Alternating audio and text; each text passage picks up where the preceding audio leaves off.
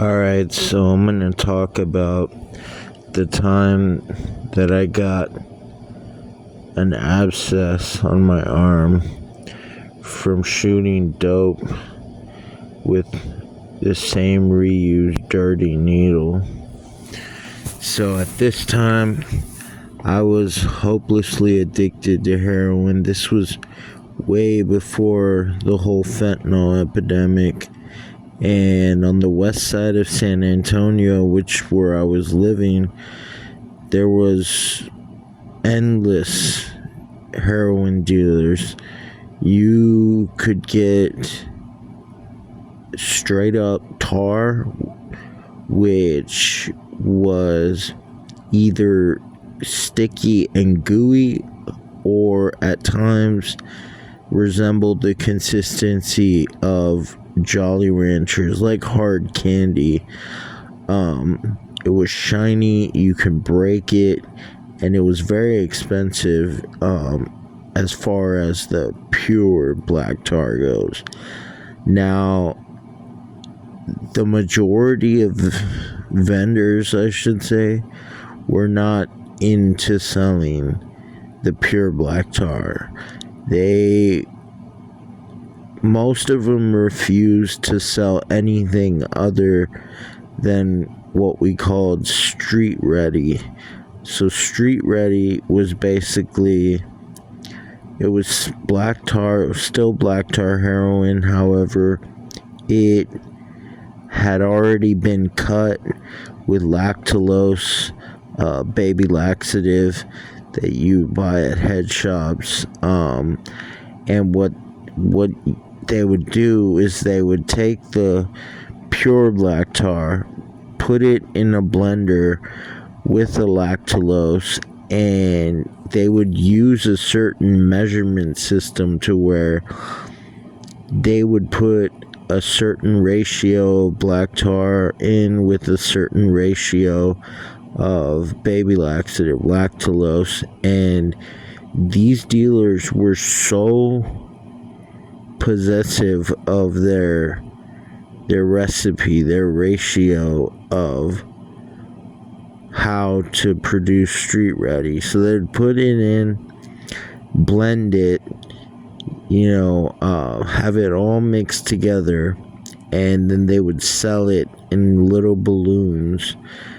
And what would happen is it would initially be the consistency of powder, but whenever it was exposed to heat, the black tar itself would actually solidify, so it would go from being street ready powder heroin, black tar but street ready, into kind of like a Tootsie Roll type deal. It would still be solid and look like black tar, but it took on more of a brownish hue. And at the time, I was completely hopelessly addicted to heroin. I was spending over $100 a day. At the time I was broke. I wasn't balling by any means, because if I had been, I definitely would have been spending way more than $100 a day. And unfortunately for me, I lost several of my connections that would be willing to sell me an ounce, a quarter ounce of black tar. So I was literally having to buy it by the gram. And these grams would go for $30 a pop. So they would have balloons ready. There'd be a $20 balloon, and then there would be a gram. The gram was a $30 balloon. The $20 balloon was about a 0.2 on the scale. And anyways, I would buy this and I would shoot it religiously. I was so addicted to shooting dope that I would run out of needles. I would run out of a lot of things. Money would be one, but especially when it came to needles. I would reuse and rinse the same needles over and over again, because when you're a junkie, you're not trying to spend any extra money that you have to. You want all of your money to go to dope. Especially when times are hard and you barely scrape up enough money to buy, like, say, a $20 balloon. You're not going to go to the store and pay for a pack of needles. You're going to get your fix before anything. So what happened is I was reusing and rinsing the same needles, but the problem was that my wife at the time did not know that I was a heroin addict. Well, she knew I was a heroin addict, but she believed me to be in recovery. She was fine with me smoking weed. She was fine with me drinking it, whatever. Pills, some of them. But she was not aware at all that I was shooting dope anymore. And one day I'll tell the story of when she discovered that I had been shooting dope the entire time. It was horrible, and I feel horrible about it. It was Christmas Day. She found my stash, but I'll tell that story later on. So I would have to hide my addiction from her, and through hiding my addiction, I would have to hide my needles. And I could have thought of a better place to hide them, but like an idiot, I would hide them in the wall.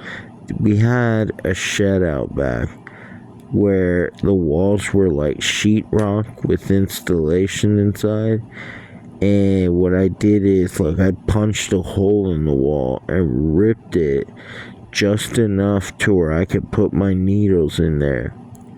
Now, this was an old shed. This shed, had been out in the yard for a really long time. More than 50 years. And the walls, the sheetrock, and the installation weathering had already taken its toll on them. And not just weathering, but animals, whatever, rats. I don't know if we had any at the time, but any animal outside would go in the walls, and it was not a sanitary place to put a bag of needles that you're going to inject into your vein. But again, trying to hide my addiction, I went ahead and did that anyways.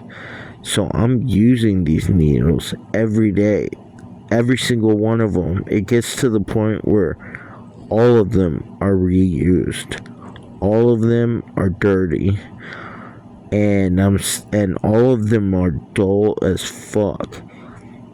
Like, literally, they were so dull that they would scratch you and tear your skin just from trying to use them. And what happened was, over a period of time, my arm would start to hurt. It would hurt and felt like something was stuck in there. I ignored it for a very long time because, my mind is preoccupied with getting dope, shooting dope, getting dope, and shooting dope. Those were really my only two obligations, sad to say. I was, a sad excuse for a husband and an even worse excuse for a human being.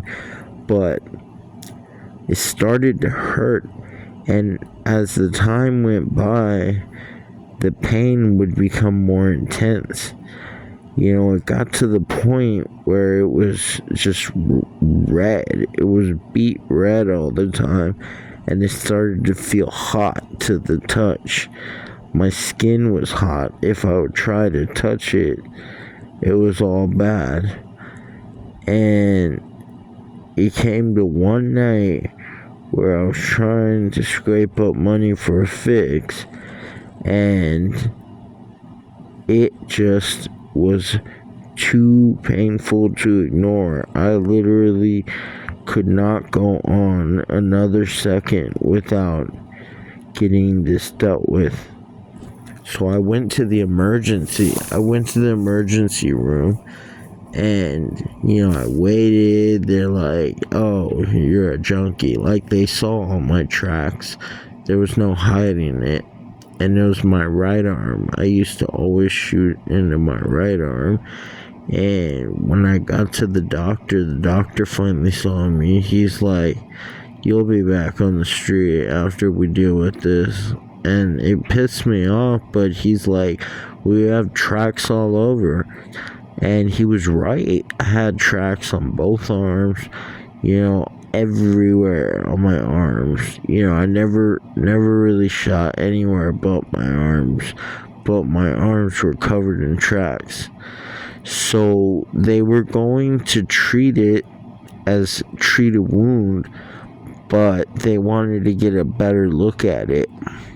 So they sent me for x-rays, and I believe an MRI, because the x-rays wouldn't show enough of the severity. And come to find out that the abscess was so big, they couldn't just treat it as a wound. I had let it go on so long that it had gotten out of hand. So what ended up happening is they actually had to cut out a chunk of my muscle. Yeah, it was horrible. They had to remove however many layers, inch of flesh from my arm, from my bicep, and stitch it back together. And that's exactly what happened. They cut out a decent chunk of my arm, of the muscle, and tried to stitch it back together. It was all bad. But I was in the hospital for several days, a really long time. And the whole time, the only thing I could think of was getting a fix. I told them, I was honest, that I was a heroin addict, but all they could give me was their opioids at their doses, which was like nothing to me compared to my habit. And literally the first thing I did the second I got home when I was released was to shoot up in my arm, the same arm they operated on. It was hard enough to find another vein. That was kind of my sweet spot. But to this day, I still have a scar on my arm from their procedure. The reason my scar is so big, however, is because I was so preoccupied with shooting up that I didn't treat my wound properly, and it got infected again to where they had to, cut out more of it. But that there is the story of how I came to get an abscess and have a chunk of my arm muscle removed.